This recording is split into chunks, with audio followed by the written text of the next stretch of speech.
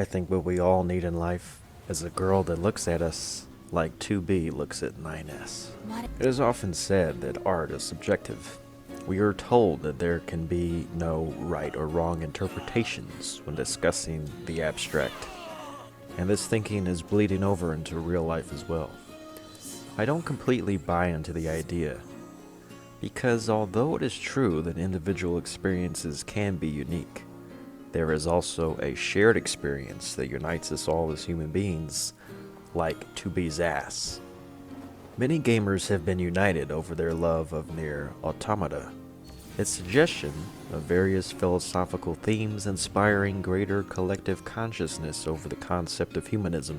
However, it is true that, like the core nature of existentialism, there are many possibilities for how to approach making this video. So I will go with the way I think best as I come up with nuggets of wisdom going along.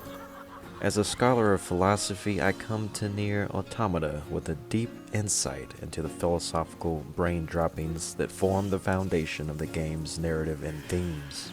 NieR is often analyzed and somewhat mischaracterized as being part of the school of thought of existentialism, with its name-dropping of Jean-Paul Sartre and other philosophers such as Nietzsche, who I use for the opening quote that forms the basis of my thesis on NieR Automata. The game seems to bounce between being a story about breaking free from the simulation and also an alarm clock reminder that nothing in life has meaning unless we provide our own. There's also a very beautiful and earnest anti-war message celebrating the virtues of pacifism that I greatly admire NieR Automata for. But today I'll be arguing that NieR Automata is not as deep as people think it is. NieR Automata is a simple love story. Everything that lives is designed to end. We are perpetually trapped in a never-ending spiral of life and death. Is this a curse? Or some kind of punishment? I often think about the god who blessed us with this cryptic puzzle, and wonder if we'll ever have the chance to kill him. NieR Automata had my interest from the opening shot, with a quote reminiscent of Sartre's idea that God is not only imaginary, but also impossible. If God should exist, then they must be destroyed, because if not, they serve as the cosmic dictator, annihilating us of our so-called free will. According to Sartre, it's man that makes himself, or in the case of NieR Automata, like the name implies, machine life forms automate other machine life forms, in which case there is an inherent blueprint passed down that each must obey in unison. To break free from this cycle is their only imperative. 2B wanting to kill God is not only boldly ambitious, but a necessary good. God is not our friend. NieR Automata's opening isn't the most cinematic, but it is stark for the way we are thrust into battle only to find out straight away how war only creates losers. The scream of a fellow comrade being blown to bits is a great image of shock value that stirs something in us, instilling that while we must see our mission through to avenge the fallen, it is also a fruitless exercise. The justification for NieR's shallow combat stems from the argument that fighting isn't supposed to be fun, even though the machines are programmed to enjoy combat by design. And hence the game features largely repetitive combat loops. As we slay the nondescript drones indiscriminately, there's the knowledge in the back of everyone's mind that they will keep on coming, so the fighting will never really end. The androids lose their physical bodies in battle, but re-upload their black box data to the Matrix, so in this world, death is temporary and simply a formality. Although death in the real world is far more serious, we tend to follow the same practice of replicating flesh, blood to sacrifice to the war economy. Everyone has something to lose, but one person's loss is often another's gain. We learn quickly that our protagonists have faced death before, and that the situation is almost like a perfect protocol. At first, this seems to trivialize the entire encounter. If the main character and their partner can just die at any time and respawn, why should we feel concerned for them? It's because in the world of NieR Automata, although the physical body can be replaced repeatedly, what is truly valuable is the unique quality of one's experiences, stored in memory data which cannot be replicated. Even Two Booty in all of her glory of thickness is a model from yesteryear, almost identical to A2, who was surely a clone of her sister androids as well. 2B is a professional killer, tailor-made to play the executioner as many times as the vicious cycle calls for. But the twist is that she's not so cold-blooded at all. She wants to save the world, but she's only one girl. A human being that despairs for the human condition is a coward, but the one who has hope for it is a fool. The only hope is that every time they download their memories, there's the chance for a mutation so they can find the truth. This poor girl has learned to accept her fate, which means she is acting in bad faith, according to Sartre. Refusing to choose her own path separate from the calculations made by the command, 2B is acting inauthentically by stifling her emotions under the guise of emotions being prohibited. This, of course, is nothing more than a mantra she tells herself each time she has to do the unthinkable. Her coldness, characteristic of android behavior, isn't as natural to her as it is a defense mechanism, so she can avoid the pain of guilt for killing her lover. The abrasiveness of her formality and reluctance to even call 9S by his desired name is because she's been through it all before. It's an obvious yet effective use of Chekhov's gun, a defining principle of storytelling which states that any detail shown to the audience, whether subtle or overt, must come back around to have significance at the proper time, like during 2B's startling death sequence in which she decides to be her true self for once. Nines. She is under the false impression of a higher power giving her guidance, the MacGuffin of the story being the myth of humans on the moon. Humans historically look to the myth of a creator to give them meaning, and so here the androids use the myth of humans for the same. Humans in this context could be representative of not only Pascal's wager, but of Russell's teapot, Nietzsche's concept of God is dead, and principally Sartre's notion that God is the impossible synthesis of the being in itself and the being for itself. That's a lot of philosophical tenets to unpack, which is NieR Automata's specialty of throwing different philosophies at the wall to see what will stick. Of course, it's possible that this loose configuration of philosophical treatises is the entire point, and that NieR Automata is not trying to make any definitive statements about philosophy, instead using surface-level remarks and juxtaposing theories at odds with one another to create the foundation of a dystopian setting, nor is it trying to put one philosophy at the front of the line. For that reason, NieR Automata is not as deep or profound as people consider it to be, because it probably wasn't trying to. The robots take pages from books of wisdom, but always seem to misconstrue these guidelines and find a way to mess everything up, such as with Pascal thinking that the children ought to be programmed to fear the unknown just in case, which is what leads them to an irrational death. What players get wrong when they claim that NieR Automata is about existentialism is that they don't quite understand what the term means, even if the game is a little existential. Sartre didn't believe that life was meaningless. He believed the antithesis, which is that life is so full of infinitesimal possibilities that the responsibility was on the individual to always make the choice themselves. This is paradoxically both a blessing and a burden. We are condemned to be free, like Joker in the Velvet Room. Although NieR Automata constantly hits us over the head about life being meaningless, which almost makes the game feel like it's meaningless, which is from Nietzsche's school of nihilism, the assertion that morality and meaning are not fundamental and merely constructs. Even Nietzsche held contradictions about the meaninglessness of life, as he actively sought out something more. This brings us to the in-game depictions of Jean-Paul Sartre and Simone de Beauvoir. In real life, these two were lovers and collaborators. Simone was a classical feminist that believed that men were culpable in oppressing women to the extent that women are historically instructed on how to act femininely by men. She paraphrased Sartre's famous quote that existence precedes essence by saying that one is not born, but becomes a woman.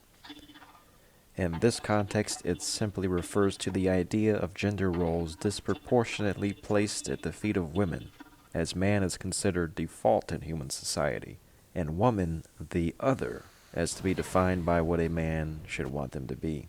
And Sartre, of course, is shown to be the slayer of women that tickles all the lady robots' fancy, and yet ignores all of them out of boredom. This aspect is somewhat faithful to the real man, but the problem with this depiction is that in real life, these roles were reversed. Sartre and de Beauvoir enjoyed a long-lasting partnership, both romantic and professional, which was successful due to an open relationship, which in Simone would often bring her younger university students to Sartre for him to have his way with. Lucky guy, right? Not exactly. Sartre was notorious for getting women, but not for his looks. It was his groundbreaking philosophy that brought women to his bed. But Sartre wasn't very interested in sexual activity in and of itself, although seeing Simone with other men and women made him extremely jealous, but not to the point of resentment. Because Sartre believed, counter to the subplot in NieR Automata, that the goal of sex isn't pleasure, but an avenue to possess the consciousness of the other, which is what we are all really after, because by getting to know someone else intimately, we learn more about ourselves because we are all mirror images of one another. I suppose this is why Simone seeks to eat other robots in order to consume some insight into what it means to be loved. In Sartre's existentialism, freedom is the greatest virtue, and love is a selfish roadblock to freedom. By default, love is about possession, and to possess the other means to annihilate them of their free will, their ability to pursue their projects unimpeded. It's through the jealousy that arises of not being able to always be the center of attention that leads us to bad faith. The way this is depicted in NieR Automata is that Simone is the recipient of the cold shoulder, and the camera changes perspective so that we cannot look at her directly for a certain time. Although there is some symbolism present here, I think this is a bit gimmicky, especially since most players would just assume it to be a random choice, given all of the changes in camera perspective throughout the game. The point is, to be a true lover means sometimes setting the beloved free, but we as humans are flawed, and so we constantly fall back into the cycle of jealousy and anguish over the one we love, who remains elusive even when in our grasp, because there will always be a certain abyss between people. We can never be united with the other, but we must always try to be. It's here that at the heart of NieR Automata there is a love story that follows intuitively along the lines of Sartre's existential observations about human relationships. Though 2B loves 9S, she must give him his release time and time again, although not for selfless reasons, but because she is following someone else's command in bad faith, playing it safe out of fear of the consequences. 2B is not a killer at heart. She is just conforming to what she is told to be by the higher-ups. Really, no one honestly believes that war is good, but we are all too cowardly to stop fighting. Blessed is the heart that bends, for it will never break. But there's only so much a man can take.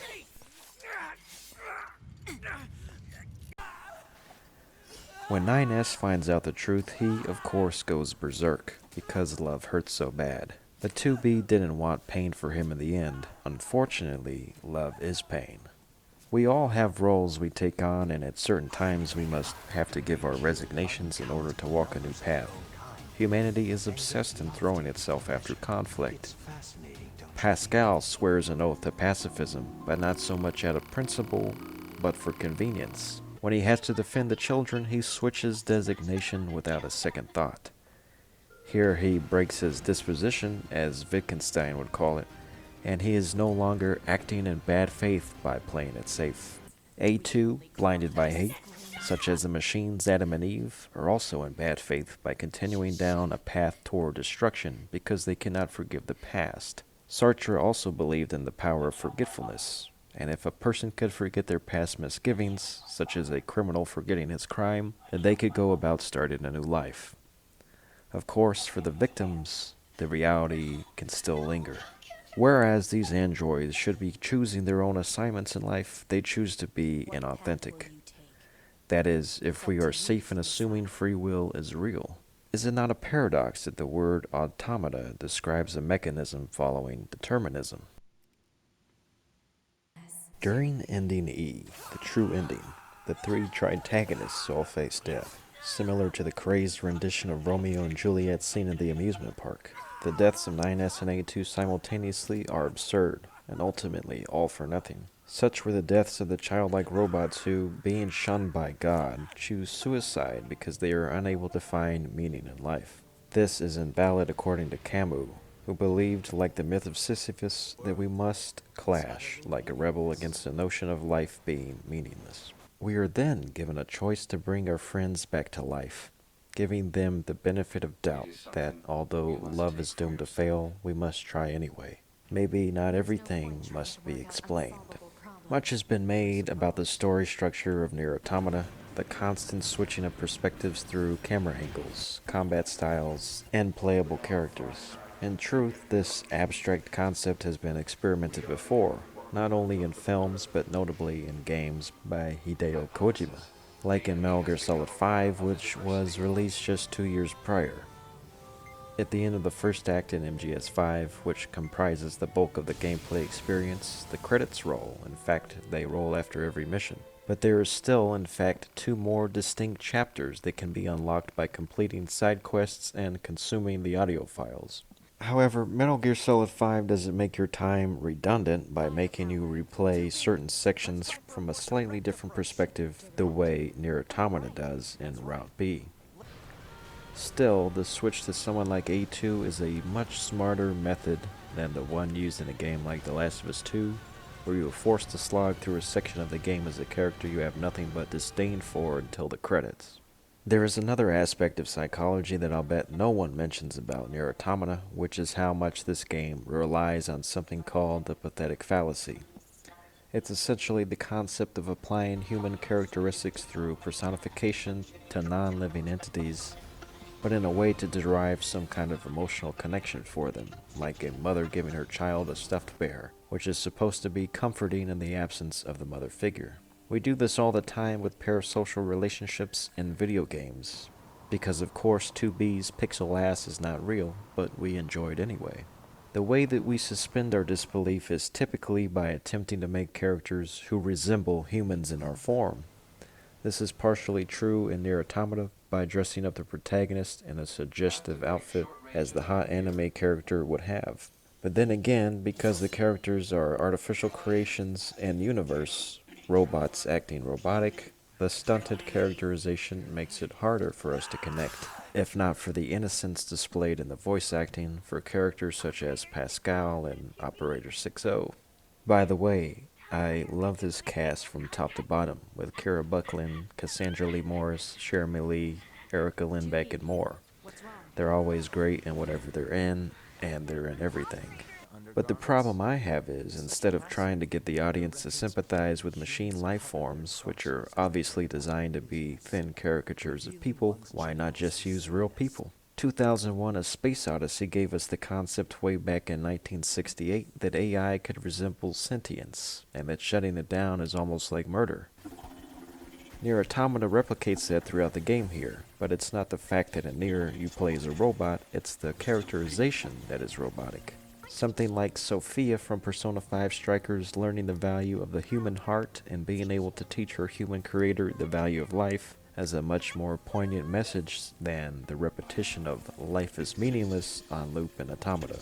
Very few of the characters in NieR Automata's narrative ever get quite close to that level of catharsis, except for Pascal seeing the destruction of his village, his life work and teachings having failed, and 2B and 9S in a fleeting moment of compassion. It's very touching, if not a little drawn out for effect, but I feel like the overcomplications of the game's plot could have been condensed to focus on this relationship as a character study instead. The only way to look at it differently to the tune of its desired effect is after we know the history between the two, in which the subtleties in their dialogue start to have meaning. Fighting that long. I guess so. 9S, you Huh? might understand yourself someday. Right. But this is a double-edged sword. The basic outline of the story was done before in Eternal Sunshine of the Spotless Mind, where Jim Carrey and Kate Winslet are lovers scorned who have their memories deleted to erase the pain of their breakup, only to rekindle their romance without any prior knowledge of their history, falling into the same trap. But that is romantic, and I appreciate that here in NieR. Let's go The home. contemporary to NieR Automata, Persona 5 did existentialism even better through the use of symbolism and its role-playing game elements, as well as the masterful character development that the game series literally named Persona, a key concept in psychology and philosophy. I've always said Persona is much deeper than people think it is. I was skeptical going into Yoko Taro's playpen. NieR Automata is not as subtle in its approach to being a deep story. There is a sliver of contrast with some of the humorous dialogue and quest lines, but it's overall a very bleak world with doom and gloom and monochrome colors. With its heavy hands, it hits us on the head often, holding up references to us in plain sight. Although most anime video games have a habit of telling us the exposition, NieR Automata doesn't quite seem to trust the audience enough to find subtext on their own. Yet with my prior knowledge of philosophy, I can find some meaning here whether or not it was intended, as I have with other games, and perhaps that was the point in making the game all along. The world design in NieR Automata is very sparse and dreary, populated by fetch quests and regenerative enemy encounters that are standard fare for RPG farming. One cool feature is being able to recover the bodies of other players, soul style, and have them give you HP, recovery, and items. Most of the activities are generic, but there are a few that have some underpinnings of sentiment, like the one where the child robot keeps locking himself inside the bathroom, fearing the end of the world that one day comes, in which I'm not sure if he was saved by his irrationality or not. There's the one where you have the chance to give Pascal a book on nuclear armament, and he hastily turns it down because of the problem of possessing that kind of power. At the same time facing a dilemma, contemplating if one day he may seek to regret not being strong enough to protect those he cares about. Or Mill, who is one of the emotional focal points as the sympathetic victim that just needs a friend, because everyone he knew is gone and he failed to save them. I made sure to upgrade all of the weapons so I could get the secret boss battle with the Mill, which mechanically, like most of the game, is underwhelming, but also sad because it feels like both a betrayal and an act of mercy all at once. Although the open world is plenty empty and samey even for the post-apocalypse, at least it isn't bloated like most AAA experiences now. And of course the noble, melancholic soundtrack is there to accompany you wherever you go. It's rightfully considered as one of the greatest video game soundtracks, using an influx of English, Japanese, and alien lyrics, proving that regardless of language, music is universal. There's not too much to remark about NieR Automata's combat. It's there to bridge some gaps in the plot that call for conflict, and occasionally showcases some sleek action moves. But since this is a Platinum Games game, and they have games like Bayonetta, there's not much room for deep analysis other than, go play Bayonetta if you want a true hack and slash experience. And FYI, Bayonetta also has better booty bitches than the game that puts emphasis on it. Of course, what I can tell from NieR Automata's combat is that as a story-driven experience, the game is best played on normal because of a balanced scaling. I do think the idea of chip implants being the lore explanation for the RPG mechanics is really cool, and there are some dynamic experiences that can be found here in this system. If only the enemy variety was more than shooting lasers and bubbles at you. You can even put easy mode on and let the AI go to work on its own, true to the nature of machine learning. Still, it certainly has a distinct look to the presentation, even if the constant switching of camera angles is obnoxious over the course of the game. NieR Automata does still have strong, memorable moments, such as when Pascal forgoes his pacifism, commandeering a giant mech to rise up in order to protect his family, or the finale between two of the central characters in which the game makes you choose your fighter, and of course the fourth wall breaking final credits sequence in which the player is given the option to persevere and to help others beat a challenge that is meant to only be done through unity. If there's any message that can be taken away from NieR Automata, it is that we are the strongest when we work together to solve our problems. Although this is an emotional moment, you could argue it doesn't matter for people who would never play a game twice. and that maybe if it appeared in an earlier time in the game, it could feel more impactful.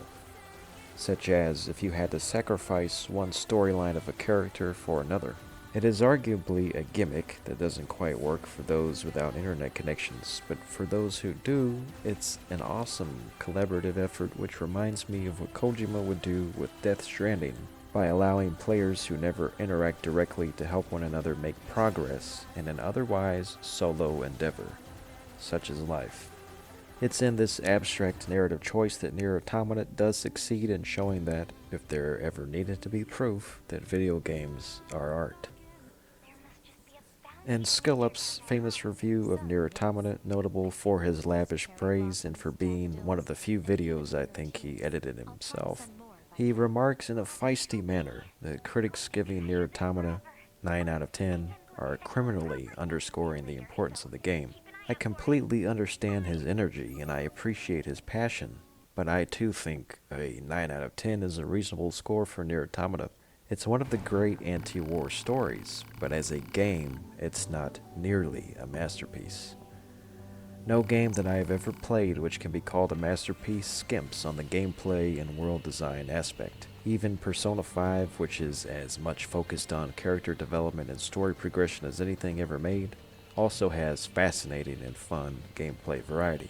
What NieR offers us is by no means bad, but it also doesn't go to the next level that to me deserves one of those legendary perfect scores. As someone who consumes a metric ton of media, I have seen stories like NieR in films and even in some other games before. There are games I feel very strongly for that don't quite deserve a 10 out of 10 rating. Maybe because there is something out there that does what it tries to do better, or maybe what it tries to do feels incomplete. In the case of NieR Automata, there are examples of games that do its themes better, and of course those that do them far worse. But it is clear that NieR is a noble achievement, one that means a lot to a lot of people. I get why she cares about these particular photos. Everyone has memories that are precious for one reason or another. It's not for us to judge their value. They're important to her. That's all we need to know. Yeah, I get. But the question then becomes, why should it be important? And I think that NieR is important because it has a message about trying even when we assume failure is inevitable. And that is very much the spirit of mankind. We think machines to be automated and humans to be free, but we may not be so different from one another. The time for humans and machines to work together as one is NieR.